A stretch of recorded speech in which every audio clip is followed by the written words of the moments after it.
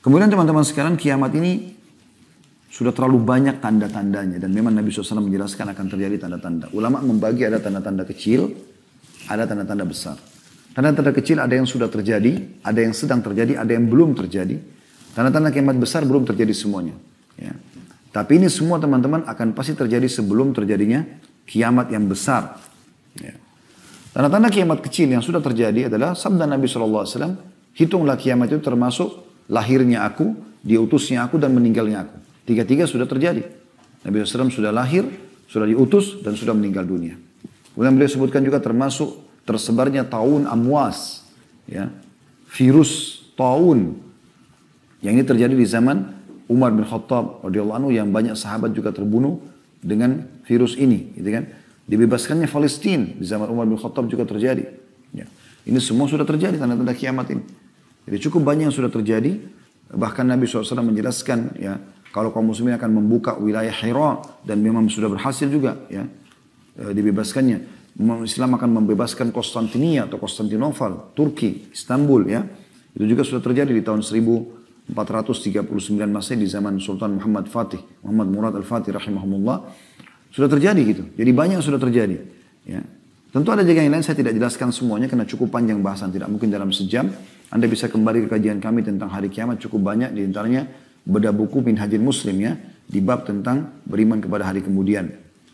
Kemudian ada juga yang sedang terjadi. Seperti misalnya sabda Nabi SAW, tidak akan terjadi kiamat sampai zina itu menyebar. Ya. Kemudian juga dalam riwayat lain, dan juga khamar serta diganti namanya dengan nama yang lain. Bukankah Anda lihat sekarang dilegalkan? Ya. Diskotik, bar, karaoke dengan lampu-lampu yang terang, mendapatkan izin, mereka bebas melakukan semua itu. Nah itu sudah dilegalkan. Zaman dulu tuh sangat aib besar kalau ada terjadi perzinahan. Orang mungkin menyembunyikan diri. Sekarang orang sudah benar terang-terangan. Bukankah film-film sudah banyak disebarluaskan di medsos? Semuanya orang bisa melihat aurat orang lain, bisa menonton zina dan segala macam, bahkan mendukung dan segala macam. Bahkan bisa investasi ikut-ikutan di situ. Itu kan sudah merajalela. Khamar digantikan namanya. Sekarang kan digabung khamar yang bersaudara sama zina. Pasti dia paket biasanya. Setelah mabuk, zina. Atau zina dengan mabuk. Ini dua hal yang sulit dipisahkan. Seperti kembar gitu ya. Dan dosa ini rata-rata ya, seperti bersaudara. Memanggil satu sama yang lain. Kalau sudah melakukan ini akan terjadi, ini akan terjadi. Ini. Terus begitu. Tapi dua hal ini selalu ada. Anda lihat relevansinya. Diskotik, ada khamar, ada wanita yang menawarkan jasa untuk zina. Karaoke pasti ada wanitanya, gitu kan? Yang menawarkan begini. Tempat-tempat bar dan segala macam ini sama. Maka ini kayak satu paket teman-teman sekalian. Dan ini sudah disebutkan oleh Nabi SAW. Diubah sekarang menjadi julukan atau judul hiburan. Jadi bukan lagi dikatakan perzinahan. Hiburan. Sehingga akhirnya tidak masalah orang pakai jilbab pun untuk masuk di sana. Ya, laki-laki yang soleh pun masuk di sana dan segala macam hal. Allahul Musta'an. Ini termasuk tanda-tanda kiamat yang sudah nyata. Dan tanda hari kiamat juga kata Nabi SAW. Ya, bahwasanya banyaknya laki-laki menyerupai perempuan, perempuan menyerupai laki-laki. Bukankah di zaman kita seperti itu? Bahkan di zaman kita ini, ya, semoga Allah selamatkan kita, di beberapa negara dilegalkan pernikahan sesama jenis. Di Indonesia pun pada mau ikut-ikutan. Ya, diangkat LGBT dan segala macam, diangkat itu sebuah kebebasan publik. Padahal melawan fitrah. Allah sudah hancurkan kaum Lut karena mereka homoseksual. Dan juga dalam masalah lesbian, kata Nabi SAW, ya lesbian, praktek lesbian di antara wanita adalah zina di antara mereka. Tidak bisa. Ya. Kalau zina antara laki-laki sama perempuan dosa besar, ya itu hukumnya kalau belum nikah kepergok, dicambuk 100 kali, diasingkan setahun. Kalau sudah nikah dirajam, dilempar sampai mati. Tapi kalau orang homoseksual, ini beda hukumannya. Kata Abdullah bin Umar atau Abdullah bin Abbas, kalau pelaku ini sodomi atau homoseksual ini, kalau kepergok dan ketahuan, dia dicari tempat tertinggi di sebuah kota itu, lalu didorong dari atas. Kemudian dilempar, dirajam dengan batu dari bawah. Sudah nikah atau belum nikah? Kalau zina, rajamin nanti kalau sudah nikah. Tapi ini tidak. Karena beratnya hukuman terhadap hal-hal tersebut. Tapi subhanallah, sekarang sudah dianggap seperti yang biasa. Bahkan sudah biasa orang, dianggap biasa sekali orang itu pacaran, pinggir jalan, pegang-pegangan, bukan halal suami istri, ciuman. Bahkan mereka berzina. Ya, di tempat-tempat umum, di kebun-kebun dan segala macam. Dan yang lebih parah kadang-kadang melakukannya di kuburan. Tempat yang harus dijadikan sebagai ibrah. Peringatan kata Nabi SAW, ziarahilah kubur karena peringatan hari akhirat. Mereka malah melakukan kemaksiatan di tempat-tempat haram seperti ini. Atau tempat-tempat yang harusnya dimuliakan, maka mereka lakukan perbuatan haram di situ. Ini semua termasuk tanda-tanda kiamat. Ya. Dan ada beberapa yang lain tentunya. Juga ada tanda-tanda kiamat yang kecil yang belum terlihat. Seperti kata Nabi SAW, tidak akan terjadi kiamat sampai kalian melihat dari sungai Furat keluar gunung emas. Walaupun sudah ada tanda-tanda yang terlihat di sebagian informasi yang ada di zaman kita sekarang. Juga termasuk yang belum terjadi adalah kembalinya Jazirah Arab. Ya, dengan sungai-sungai, kebun-kebun. Ya. Sekarang kan yang kita tahu Jazirah Arab, termasuk Saudi terutama sekarang adalah banyak padang pasir. Tapi subhanallah dalam 10 tahun terakhir ini, itu selalu turun salju. Di hari-hari sekarang ini kita, baru 2 hari yang lalu saya temukan lagi cuplikannya bagaimana, dan itu tidak asing di medsos, di Tabuk selalu turun salju. Yang sebelumnya mungkin tidak seperti itu. Dan sampai dijadikan sebagai bahan khutbah Jumat oleh para imam-imam haram. Bagaimana memperingatkan masalah ini. Kalau salju itu pada saat dia cair dia akan membawa air yang sangat banyak. Dan itu bisa membuat subur. Dan beberapa titik Jazirah Arab sudah mulai kelihatan hijau. Dalam subhanallah 2-3 hari saja hujan, maka kita lihat padang pasir itu berubah menjadi hijau. Saya saksikan sendiri beberapa kali seperti itu ya. Maka ini termasuk tanda-tanda kiamat yang sudah nyata sebenarnya.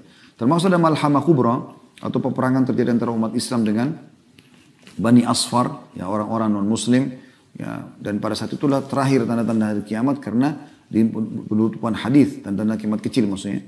Kata Nabi SAW pada saat muslimin sudah sampai ke Rum. Rum ini Allahu alam di mana posisinya, tapi kata Nabi SAW pasukan muslim akan sampai ke Rum. Dan pada saat itu iblis akan berubah menjadi manusia lalu mengatakan kepada kaum muslimin kalau Dajjal telah keluar di tengah-tengah kalian. Maka pada saat itu umat Islam umumnya sudah tahu itu tanda-tanda kiamat besar. Kalau Dajjal keluar, mereka pun bubar, mereka kembali kepada atau ke kota-kota dan negara mereka masing-masing. Pada saat mereka kembali ternyata mereka baru sadar itu berita bohong. Dan di saat itulah betul Dajjal akan keluar kata Nabi SAW. Maka keluarlah tanda-tanda kiamat besar. Dan tanda-tanda kiamat besar ini dikumpulkan oleh para atau dikumpulkan dalam sebuah hadis yang sahih. Ada 10 hadis riwayat Imam Ahmad. Kata Nabi SAW, Inna sa'ata la takunu hatta takuna 10 ayat.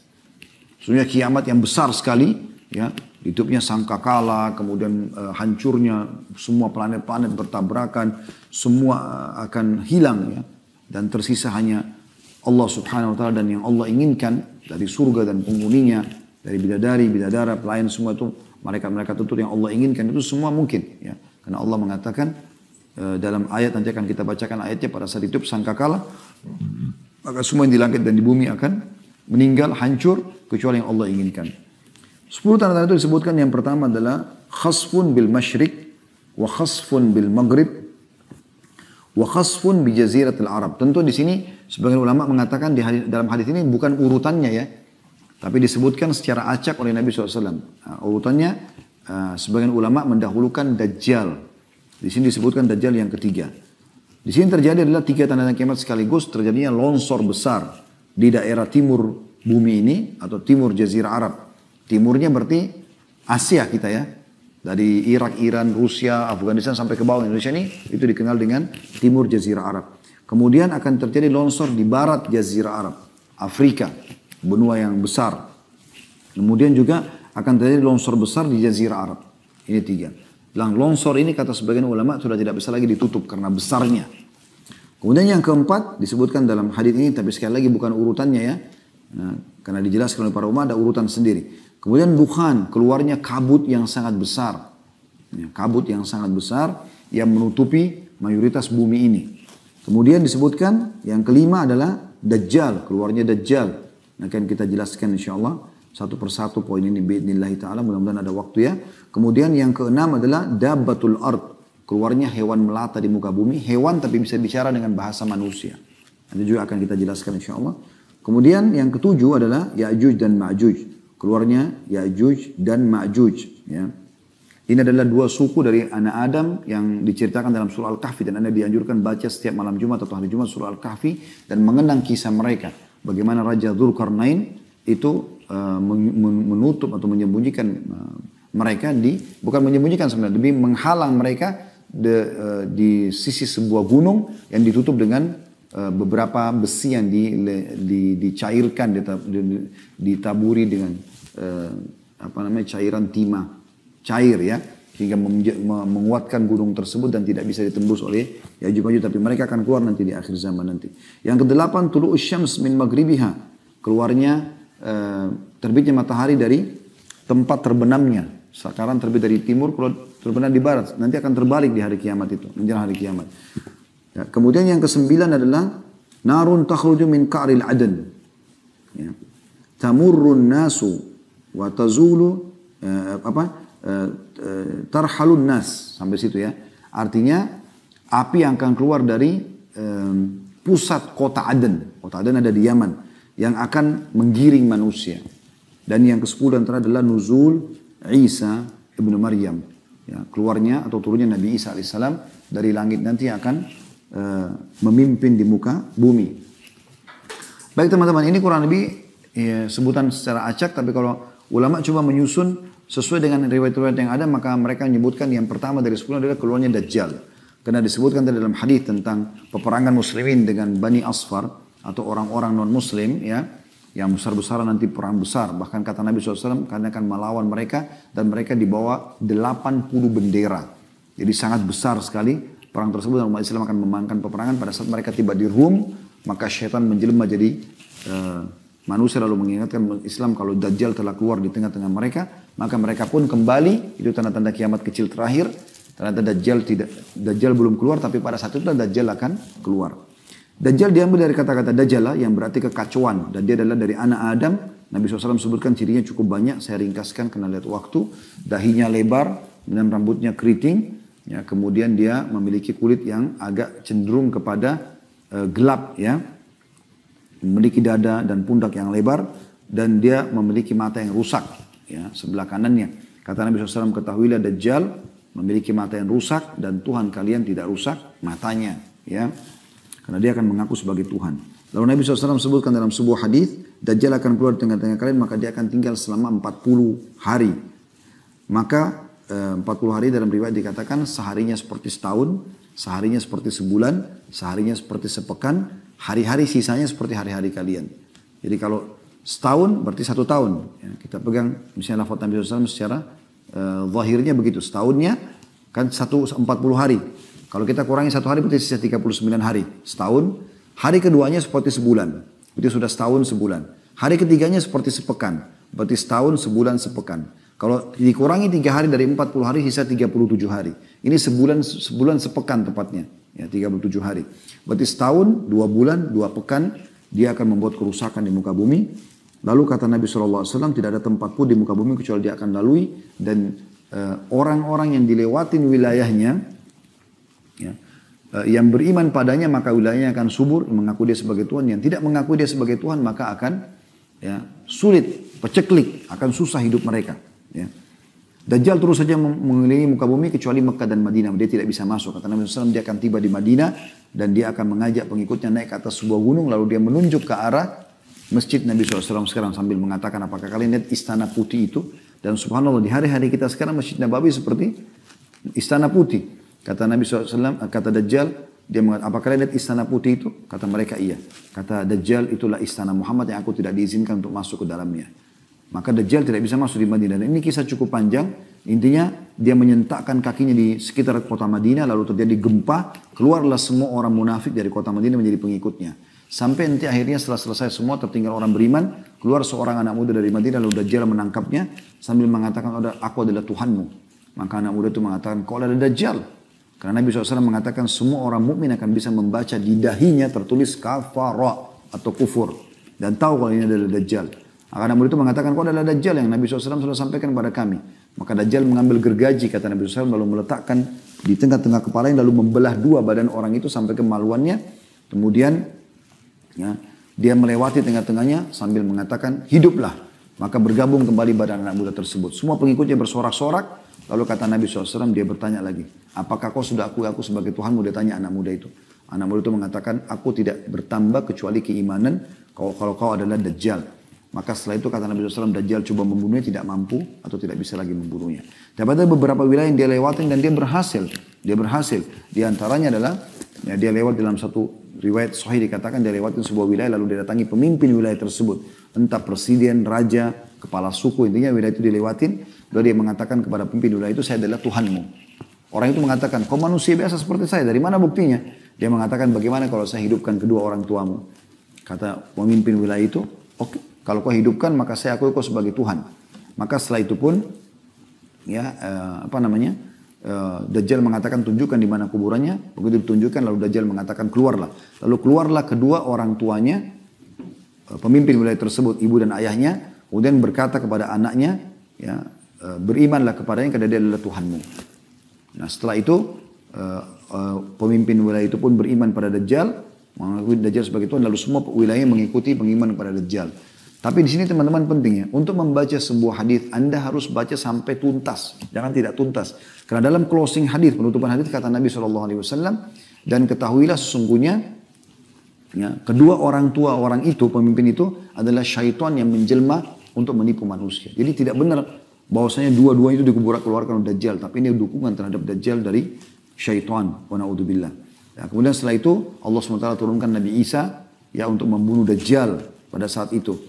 Keluarlah Dajjal, Nabi Isa AS turun, kata Nabi SAW, pada saat keluar seseorang dari keturunanku bernama Mahdi, atau namanya seperti namaku Muhammad bin Abdullah, kemudian membawa pasukan ke masjid Menara Putih di negeri Syam, kemudian disitulah dia akan mengimami orang sholat asar. Isa turun sambil memegang kedua sayap, ya, malaikat, kemudian ikut sholat bersama dengan mereka, lalu Nabi Isa memimpin pasukan tersebut menuju ke wilayah Palestina, ya, tempat Dajjal ada, kemudian membunuh Dajjal. Kata Nabi SAW, Isa pun pada saat tampil dan dilihat oleh Dajjal, Dajjal melepuh seperti melepuhnya barang, ya, meleleh gitu ya, dia meleleh. Maka dibunuhlah oleh Dajjal, Dajjal dibunuh oleh Nabi Isa AS. Nabi Isa menghancurkan salib, membunuh babi-babi dan seterusnya, dan kisah cukup panjang masalah itu. Kemudian setelah itu Nabi Isa memimpin keadilan di muka bumi, lalu keluar Ya'juj dan Ma'juj setelahnya. Jadi ini urutannya kurang lebih. Ya'juj dan Ma'juj ini dua suku akan keluar, kata Nabi SAW. Allah berfirman kepada Isa, hai Isa, ya, selamatkanlah dirimu ke gunung Tur di Palestina, ya, bersama pengikutmu, karena aku akan mengeluarkan hamba-hambaku yang tidak ada orang yang mampu melawannya. Maka mereka akan keluar, Ya'juj dan Ma'juj itu, kemudian mereka akan membuat kerusakan di muka bumi. Ya'juj Ma'juj ini golongan tersendiri. Mereka manusia seperti kita, tapi mereka punya ciri-ciri sendiri yang mereka ini berbeda sama kita. Memang Allah SWT jadikan mereka sebagai cobaan. Mereka hidupnya semuanya kerusakan. Mereka membunuh siapapun yang selain mereka. Dan ciri salah seorang antara mereka akan meninggal dunia kalau memiliki 1000 anak. Baru dia tahu dirinya akan meninggal dunia. Saya pernah tanyakan kepada dosen kami pada saat mempelajari masalah tanda-tanda kiamat ini, apakah ada di antara manusia kayak seperti kita ini yang bergabung sama pasukan mereka?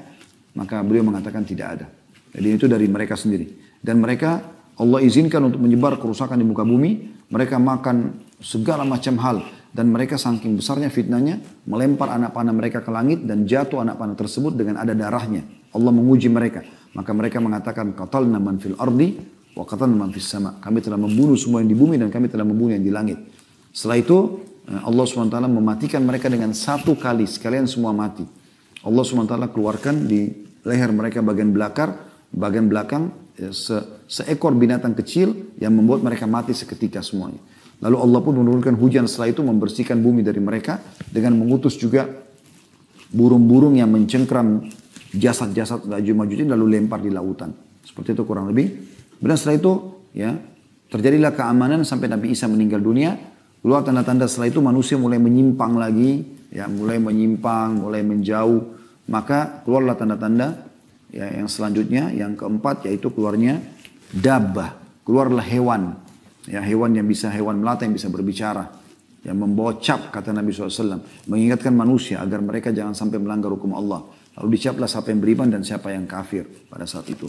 Kemudian setelah itu keluarlah kabut. Ya, yang mengumuri muka bumi ini, itu yang kelima. Kemudian yang keenam, 7, 8 terjadi longsor besar gitu ya, di 3 tempat Jazirah Arab tadi, di timurnya dan di baratnya. Kemudian yang kesembilan, keluarnya api dari wilayah Aden. Dan sekarang ini di kota Aden sendiri di Yaman itu sudah ada tanda-tanda, ada beberapa titik wilayah yang memang sulit sekali orang hidup di atasnya karena panas sekali. Ditemukan ada api yang sangat besar, apakah itu gunung berapi atau sejenisnya. Yang jelas itu kuasa Allah SWT, tanda kiamat. Yang terakhir adalah terbitnya matahari dari barat ya. Dan ini pada saat itu kata Nabi SAW, Allah akan menerima taubat hambanya selama belum terbit matahari dari barat. Ini tanda-tanda kiamat yang kurang lebih disebutkan yang terakhir teman-teman sekalian.